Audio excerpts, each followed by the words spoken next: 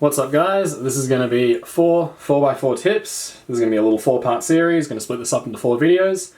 And this is the first one. So I've been doing a bit more 4x4 recently, kind of on the side. 3x3 being the main thing I practice when I do get time to practice. But I also have been sprinkling a lot more 4x4 than in the past, and that's because I've been slightly less busy as of late.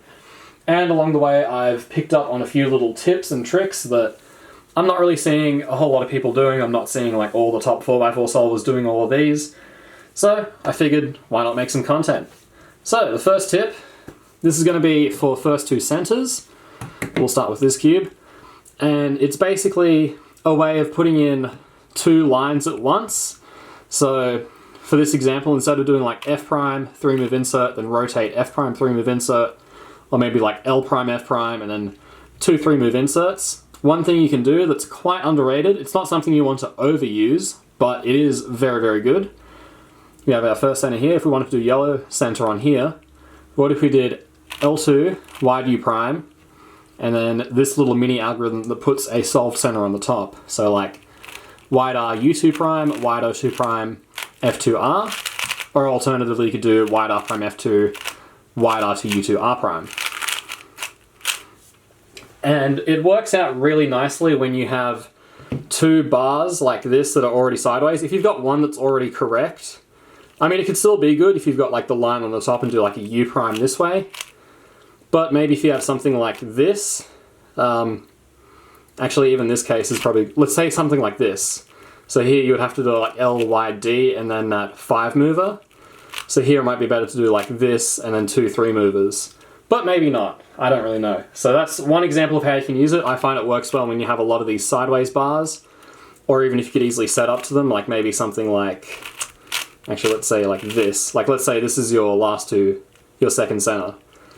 Why not do something like, instead of this and then L, why not do this and then insert like that? Again, you've got to play with the move count for yourself to really see. But there are definitely scenarios where this does work out very well. So, again, this is why I like to keep it in mind. And here's an example of a case where I think it's really useful. So when you have this one cross edge here, a lot of the time you can end up wasting a lot of time trying to preserve this cross edge, especially if your last 2 centers are a bit scrambled.